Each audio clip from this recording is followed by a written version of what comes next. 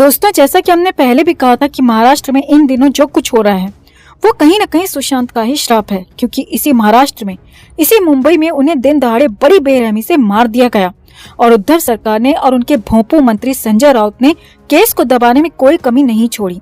और इसीलिए आज तक सुशांत के जाने के 2 साल बाद भी सीबीआई चुप है, न्याय नहीं कर रही। मगर लगता है कि अब वो ऊपर वाला एक एक कर सुशांत के दोषियों और पापियों का हिसाब कर रहा है। पहले उद्धव ठाकरे की कुर्सी गई और अब सुशांत के लिए और उनके परिवार के लिए गलत बोलने वाले संजय राउत के भी जेल जाने के दिन करीब आ चुके हैं। इसे ऊपर वाले का न्याय नहीं कहेंगे तो और क्या कहेंगे दोस्तों। तो महाराष्ट्र में बवाल थमने का नाम नहीं ले रहा। शिवसेना की सरकार जा चुकी है, मगर अभी भी ट्विस्ट एंड टर्न्स चल रहे हैं। अब इस बीच शिवसेना की सरकार में सबसे ज्यादा बयान देने वाले संजय राउत लगातार मुश्किलों में घिरते हुए और ज्यादा घिरते हुए दिखाई दे रहे हैं और इसीलिए तो संजय राउत से ईडी की पूछताछ भी हुई थी। अब शुक्रवार को भी ईडी की इस पूछताछ को लेकर नया और बड़ा खुलासा हुआ है और सबसे बड़ी बात यह है कि संजय राउत भले ही बाहर आकर कुछ बोले नहीं है, लेकिन खबर यहाँ तक है कि संजय राउत पूछताछ के दौरान परेशान हो गए थे, बिलबिला उठे थे। सिर्फ एक सवाल संजय राउत से 22 बार पूछा गया। जी हाँ, ऐसा ही कहा जा रहा है। यही खबर आ रही है ईडी सूत्रों के हवाले से।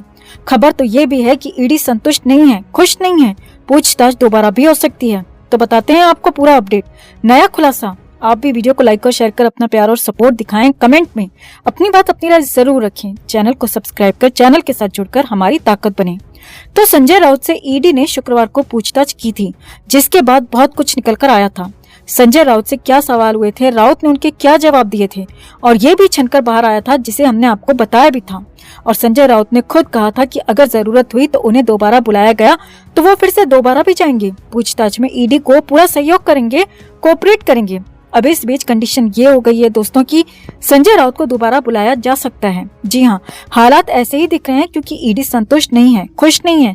ये बहुत बड़ी खबर आपको बता रहे हैं। ईडी सूत्रों के मुताबिक संजय राउत से हुई पूछताछ से राउत के जवाबों से एजेंसी खुश नहीं है, संतुष्ट नहीं है और इसीलिए दोबारा पूछताछ की तैयारी हो रही है और बहुत जल्द संजय राउत को फिर से समन किया जा सकता है।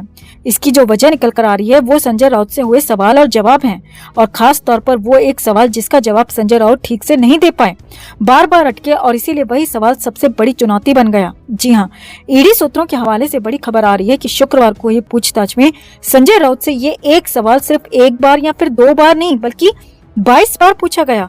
हालांकि बाकी कुछ और सवाल भी 2 या फिर 3 बार जरूर पूछे गए, मगर इस एक सवाल जो कि सबसे बड़ा सवाल था, सबसे अहम था, उसे 22 बार पूछा गया।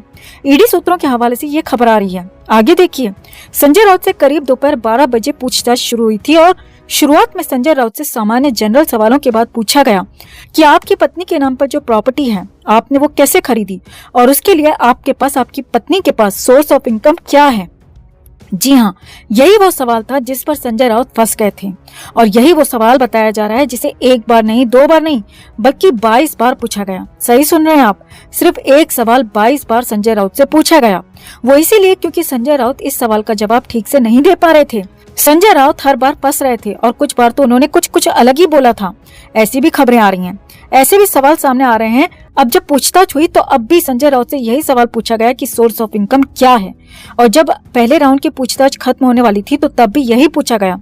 संजय राउत से पूछताछ के हर राउंड में ये सवाल पूछा गया, हर बार पूछा गया, बार बार पूछा गया और ईडी सूत्रों के मुताबिक 22 बार ये सवाल पूछा गया।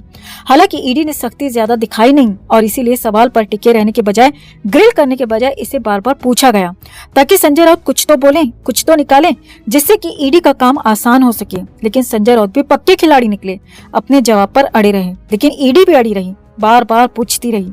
अब ईडी सूत्रों के मुताबिक हालात ये थे कि संजय राउत बार बार एक ही सवाल पूछने से परेशान हो गए, बिलबिला उठे, नाराज तक हो गए, खड़े हो गए।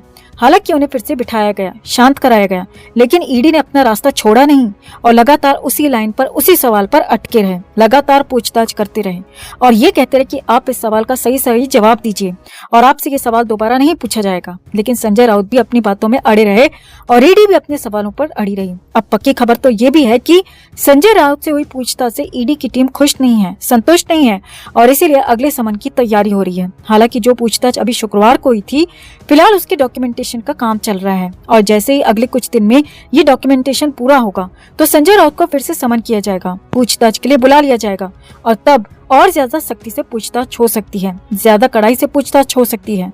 इसीलिए संजय राउत के लिए मुश्किलें आगे काम होने के बजाय कई गुना बढ़ती हुई दिख रही हैं। तो कुल मिलाकर संजय राउत फंस गए हैं, बुरे फंस गए हैं। और ईडी की तैयारी दिखा रही है कि संजय राउत महाराष्ट्र में दूसरे नवाब मलिक हो सकते हैं। नवाब मलिक जैसे हालात उनके भी हो सकते हैं। तो आपका इस पूरे अपडेट पर क्या कहना है दोस्तों? कमेंट में आप भी अपनी बात, अपनी राय जरूर रखें और वीडियो को लाइक और शेयर कर अपना प्यार और सपोर्ट भी जरूर दिखाएं। तो एनसीबी की नई चार्जशीट से हर तरफ अफरा तफरी मची हुई है, खासकर उन आरोपियों में जो कि सीधे तौर पर सुशांत के ड्रग केस में जुड़े हैं।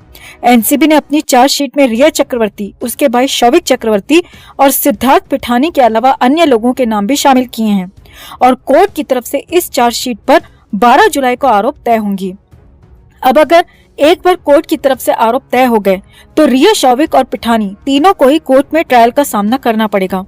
कोर्ट की हर तारीख पर पेश होना पड़ेगा और जांच में पूरा सपोर्ट भी करना पड़ेगा। और खुदा न खास्ता आरोप सही पाए गए और दोष सिद्ध हो गए तो कोर्ट की तरफ से इन सभी के खिलाफ सजा का भी ऐलान किया जाएगा। तो जब से एनसीबी ने ये चार्जशीट कोर्ट में दाखिल करवाई है तब से रिया खुद को बचाने के लिए इधर उधर हाथ पांव मार रही है। कई वकीलों से मिल रही है, कई वकीलों से बात कर रही है। बीच में खबरें आई थी कि रिया चक्रवर्ती गोपनीय तरीके से बिहार के पटना जाकर सुशांत के पिता से मिलने की भी प्लानिंग में है। वहीं अब खबरें आ रही हैं कि रिया चक्रवर्ती अपने भाई के साथ मुंबई की तलोजा जेल के पास स्पॉट की गई। जी हाँ, मुंबई में ऐसे पत्रकारों और पेपराजी की बड़ी संख्या है जो कि बॉलीवुड सेलिब्रिटीज को अपने कैमरे में कैद करते हैं। अब मुंबई के पेपराजी की इस बड़ी सी टोली को पूरी खबर होती है कि आज कौन सा स्टार कहाँ जाएगा, तो वो सब वहीं पहुंच जाते हैं।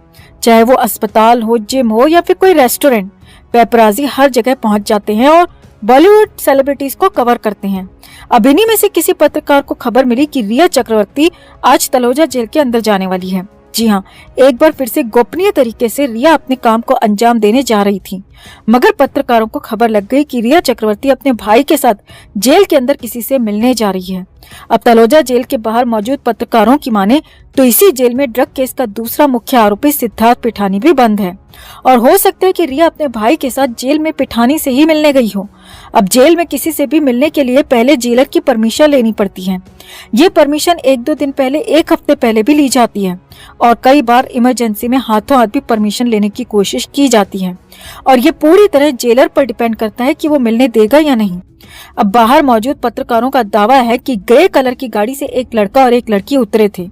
कद काठी में लड़की बिल्कुल रिया चक्रवर्ती ही थी।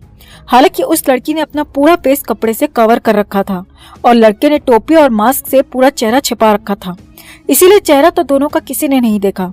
मगर पत्रकारों का दावा है कि वो गाड़ी रिया चक्रवर्ती की ही थी और गाड़ी से उतरने वाले दोनों रिया और शौविक ही थे।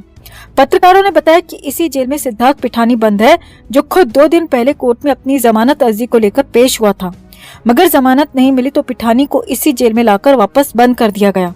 और रिया भी इस जेल में हो सकता है कि पापी पिठानी से ही मिलने आई हो।